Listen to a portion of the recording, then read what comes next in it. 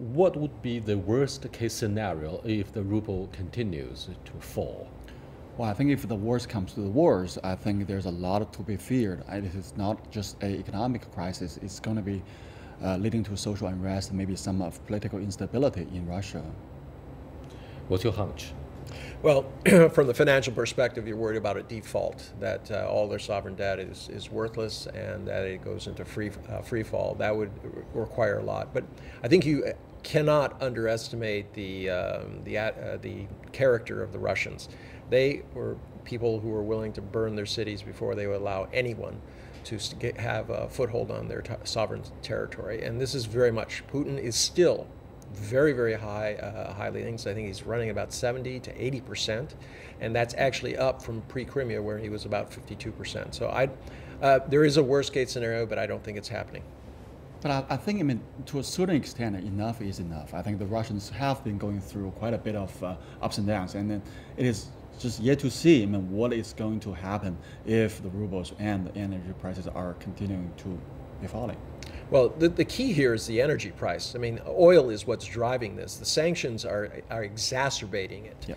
But it's oil that's driving this. And as long as OPEC continues to hold the flow open, Russia's going to be paying the price. They're about 11% of the world's oil production, and if they can't get the revenues that they need to do this, this is really what's going to affect their economy. This is almost 50% of their budget. Export. Yeah. But the latest statement by the Saudi oil minister has made it very clear that they would not cut the oil output to raise the prices.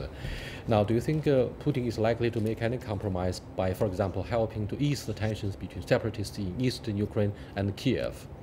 Well, I think the whole situation has gone so far that there's no step backward. So I think given the characteristics of Mr. Putin and given what has already been done or what has been said, I don't think it is very likely that he's going to bite the bullet right now and say we're going to take back what we have already done. So I think that is the concerning part, because without certain compromises being made, it is very difficult to see, well, whether there is any supporting factor that will help the ruble or the energy prices. I see it a little bit differently. Putin, a large part of his popularity comes from the fact that he projects this tough guy image, and he doesn't give an inch.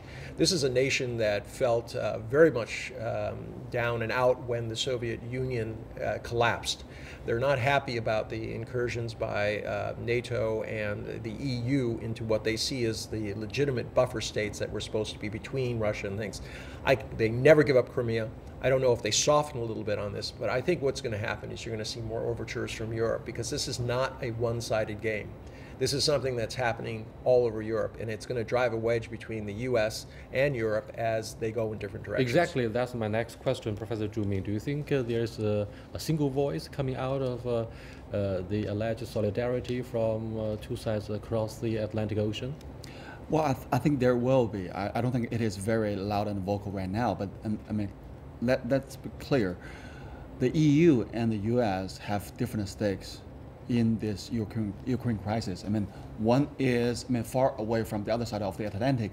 Well, they can afford everything that they want to do, whereas, let's not forget, Ukraine and Russia has been the major provider of energy to the entire continental Europe. And also, let's also not forget, if there is going to be any political or military tensions, it is the EU that's going to feel the direct impact, whereas the worst case to the US is just collateral damage. So I think they have different stakes. I think the recent comment by the Canadian Prime Minister that he's going to impose more sanction is quite at odds with what you see happening in Germany right now, where Werner Schroeder and a lot of the other past leaders have written an open letter to Andrew Merkel saying, look, enough is enough. Let's figure this thing out.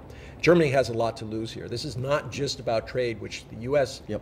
measures in tens of billions and Europe measures in hundreds of billions. This is about investment that has gone heavily into Russia from Germany and other nations. There's going to be real reticence about pushing this further and further, especially as the EU is suffering its own economic malaises. And also I think there's an identity problem. Mr. Obama feels the biggest blow, especially given that his lame duck situation right now. He is trying to do everything in his capacity to regain this, American pride and American sovereignty in the entire world. Whereas I think EU is going to be far more pragmatic about what is the real benefit and what is the real cost that's going through this crisis. I'd agree with it. I'd term it a little bit differently. Obama is looking at legacy issues. He's trying to salvage what has been a very, very rocky and uncertain presidency. And I think he's kind of vacillates between his principles, which are basically isolationist, and then getting the wimp factor and saying, okay, I'm going to run in there and throw troops when I said I wouldn't.